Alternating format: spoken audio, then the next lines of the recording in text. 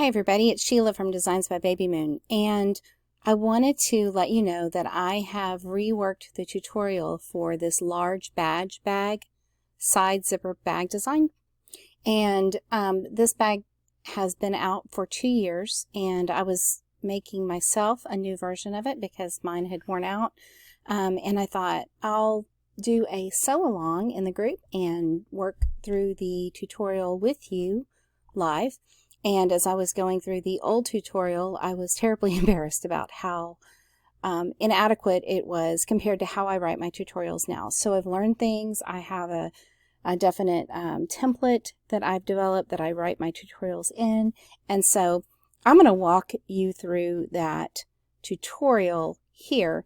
And then in the Facebook group, Designs by Baby Moon, Embroidery Designs, Friends and Fans, we'll have a live sew along where I walk you through, I will show you all the steps live on camera, and so we can go through that together. But I wanted to walk you through the tutorial first.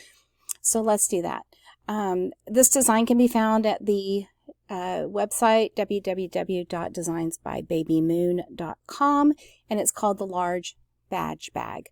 When you type in large badge bag, it will come up. There's several different versions of the badge bag. This is the larger size. It has 4 different designs in it. It has a size for 5x7 hoops and 6x10 hoops. The one for 5x7 hoops is actually 3.5 by 7 inches long, and the one for the 6x10 hoops is 4 inches by 8 inches long. So it's a little bit bigger, a little bit different sizes. Both sizes have an option to do it with or without the pocket on the front and back. So the stitching is all in there, so you can do it that way and save some steps and time and don't have to skip things around in your software if you or on your machine if you don't want to. So let's go through the tutorial real quick. So what I have is, here's our tutorial. Let's present this. There we go. And in the tutorial, you'll see, I've even updated the pictures because I know things a little bit better, how to do things better now. So I just felt like the whole thing could be fresh, so I just refreshed the whole thing. So this is the tutorial that you'll get in the design files. If you've bought this design previously, you will have gotten an email from info@designsbybabymoon.com that has a link to re-download the file set that includes the new tutorial. I did not change any of the embroidery files that go to your machine. I only changed the tutorial. And so you'll notice that it has a July 2021 update in the name of the tutorial. If you get that email and can re-download it, all you have to do is actually replace the tutorial with the new version in that file set. You don't have to replace any of your embroidery files at all. Okay, so let's get started. In the tutorial, we have a materials list, and in the materials list, it'll tell you everything that you need, the fabric or vinyl, the clear vinyl for the pocket, the stabilizer. I recommend using tearaway stabilizer, and a softer tearaway stabilizer, not something that's very heavy, because we're going to be removing all of the stabilizer at the end, and you need something that's a little bit softer that's not going to hang on to the stitches after when you're trying to remove it. You could even use a wash away tearaway stabilizer so that it could come out if you run it through the wash. These are made out of fabric or vinyl, so you could throw it in the laundry and that's totally fine. I recommend a 9 through 12 inch zipper. Your hoop size at the smallest is going to be a 5x7 inch hoop. So you want a zipper that's going to be longer than the hoop is, and I'll show you a little bit why later. But you want the metal ends of the zipper to extend past the outline stitching of the bag. That way your needle is not going to hit anything metal at all. A 9-inch zipper will be plenty for your both bags, but if you just want a little bit of extra fudge room, a 12-inch zipper does not cost very much more than a 9-inch zipper. And these are the regular dress zippers, a number 3 zipper like you can get at Walmart or Joann's or Hobby Lobby. Anywhere that sells sewing supplies will have a selection of zippers. And then if you enjoy making these, you can get zippers in bulk and get them quite inexpensively that way. But that's the kind of zipper we're going to use.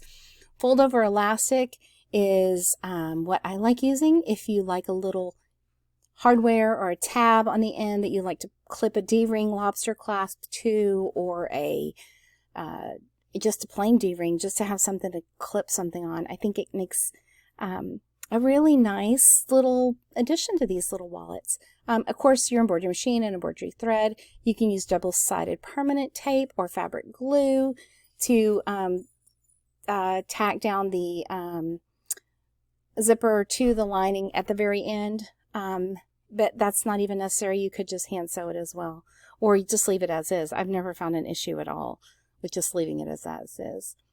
Temporary tape, something like painter's tape or the Scotch Super Hold tape.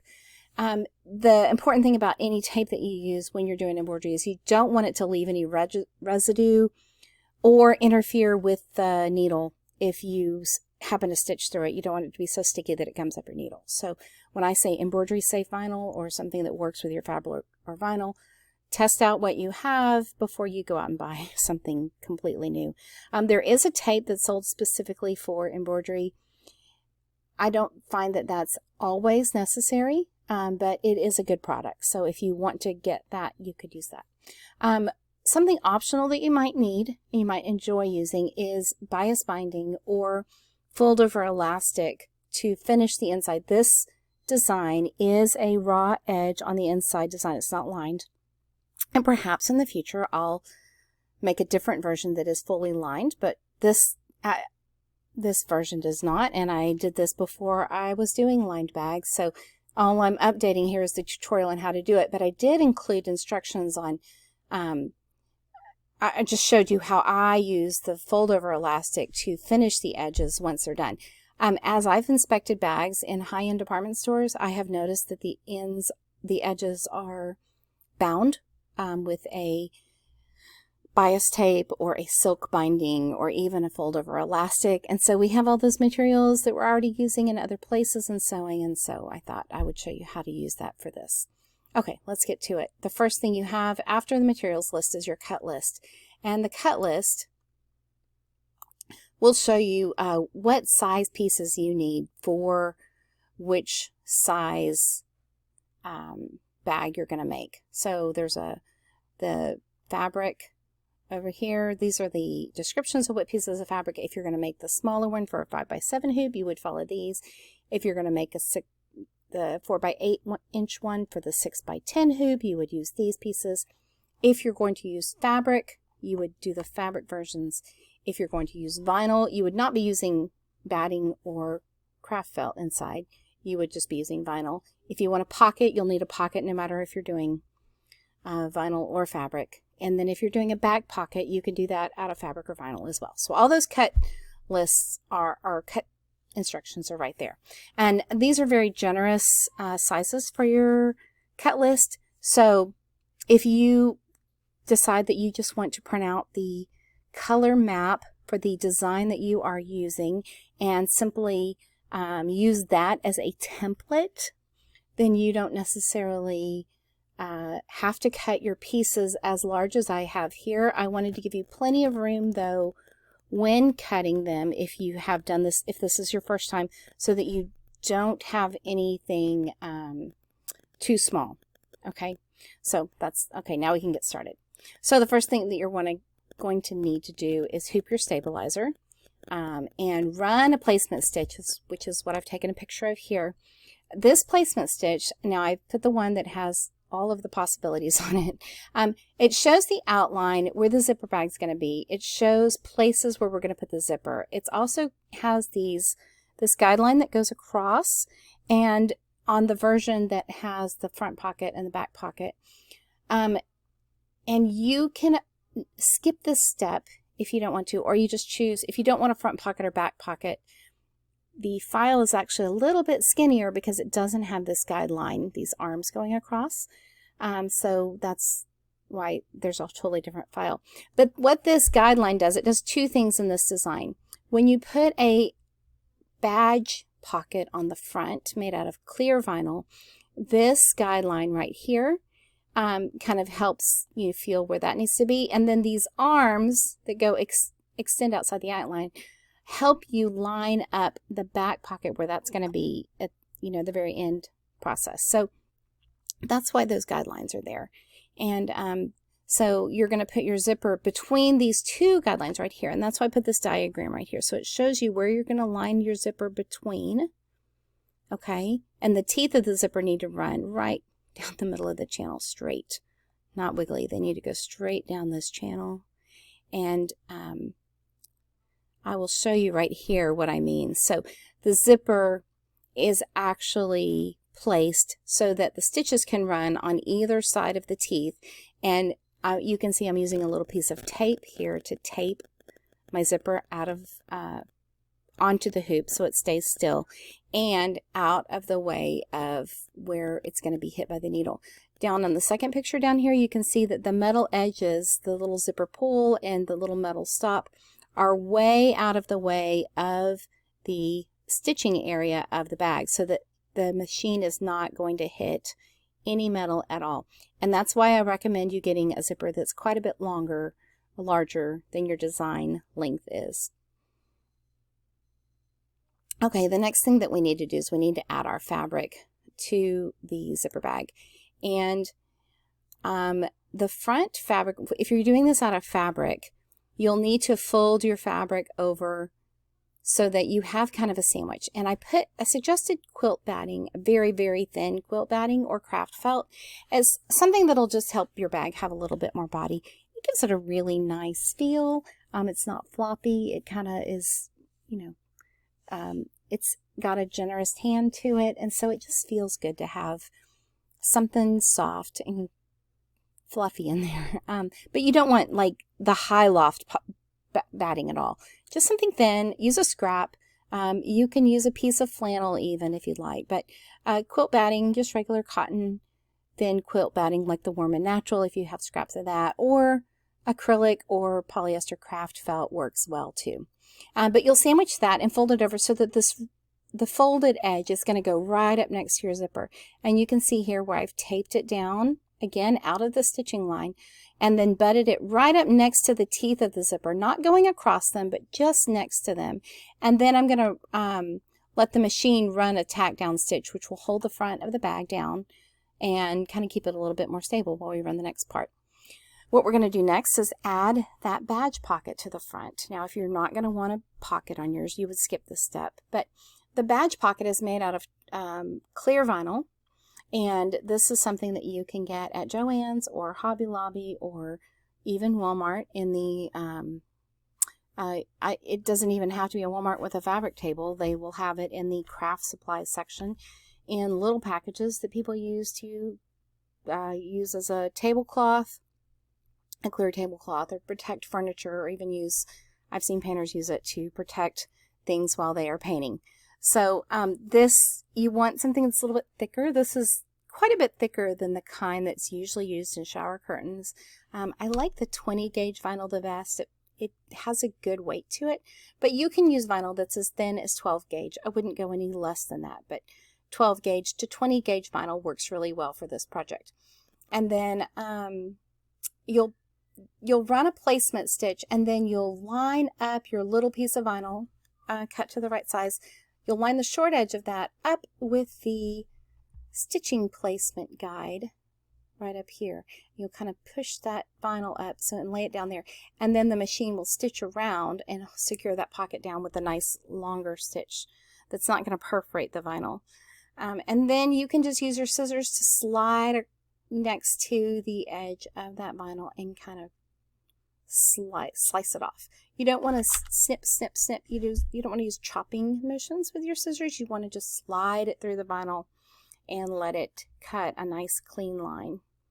And that's it. That's all there is to adding the pocket. The next step is to add a little tab if you want hardware, like a little clip or a D-ring or a key ring, anything that you want hanging off the edge, or even if you just want a piece of fold over elastic. You could even use this if you wanted to put a ribbon, or if you have branded ribbons because you make things to sell. This would be a cute place for that as well. There's two steps. This one has a placement stitch that you would run to show you where to place your loop of fold over elastic, and then it has the step where you actually tack down that fold over elastic and that D-ring. So you would run those, and your D-ring is, or your D-ring or lobster clasp is now attached to your large badge bag as well. If you want to add a back pocket, and the back pocket is not a closed pocket at all, it is an open pocket, but if you have this bag hanging on a lanyard, like if you're at a conference and you need to carry a pen to take notes on, or something, maybe the stylus for your phone or pen, or even if you have a smaller phone, you could slip your phone into this pocket in the back. But like I said, this is not a pocket that's closed, so it's just a place to put things temporarily. Sometimes I use it to stuff receipts in that I need to get out later. But the little pocket on the back is just a nice thing to have.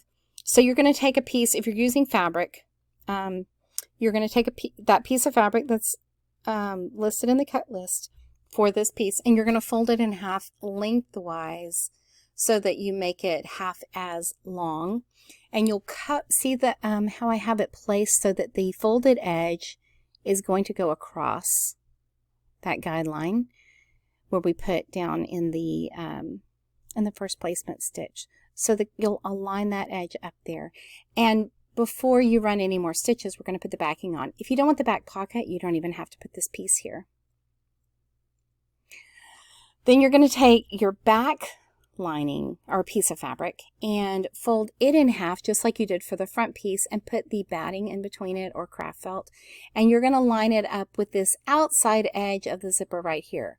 So you're basically covering the zipper up, you're covering the little back pocket if you put that on there, and we're going to run a stitch that is going to tack all of that down in one step. Now, before we go any further, you notice that our zipper is still closed up here.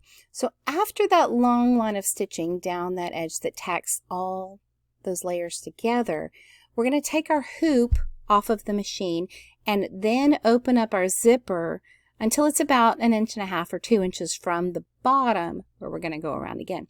I'm opening it up now, and before I run any more stitches, I'm actually going to fold these pieces of fabric back over, kind of like a book. So we open it up like a book so we can open the zipper, and then we're going to fold it back and then put it back on the machine and run the final outline, which will close the whole thing up. This is a great way to make sure that your foot is not going to hit any parts of the zipper as it tries to navigate around, and you're not going to have to finagle it very much. It's a great way to make sure that any embroidery machine can do this project without running into any issues with the pull of your zipper.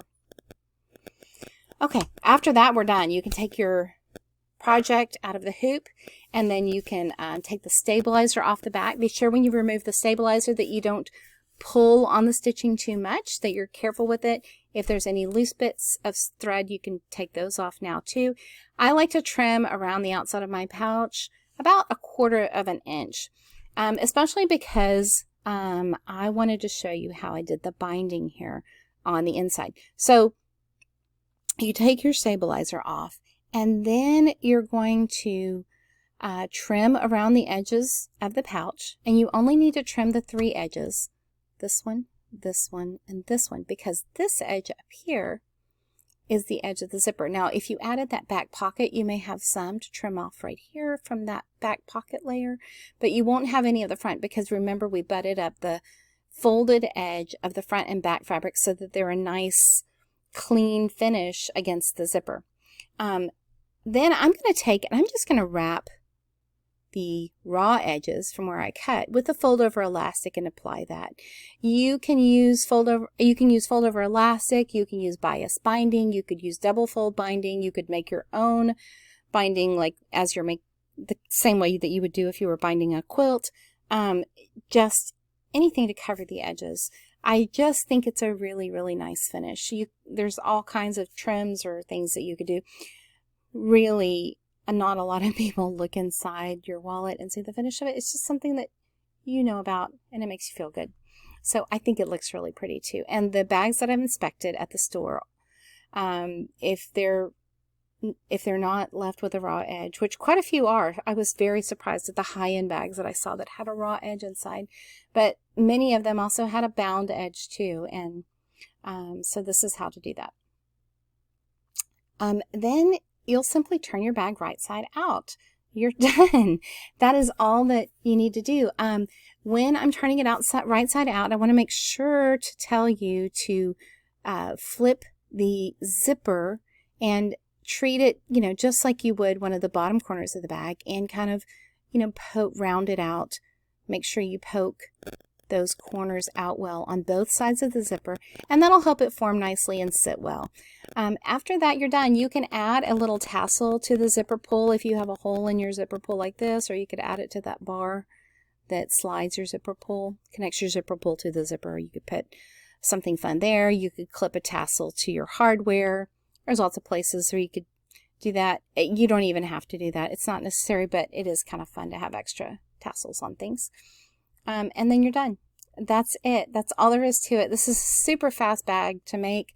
The whole bag for the 5x7 hoop with a pocket, it has 1,700 stitches. The larger bag, that is for the 6x10 hoop, the most stitches it has is 1,900 stitches. So it actually, the stitching time for it is about 5 minutes on my embroidery machine at the most.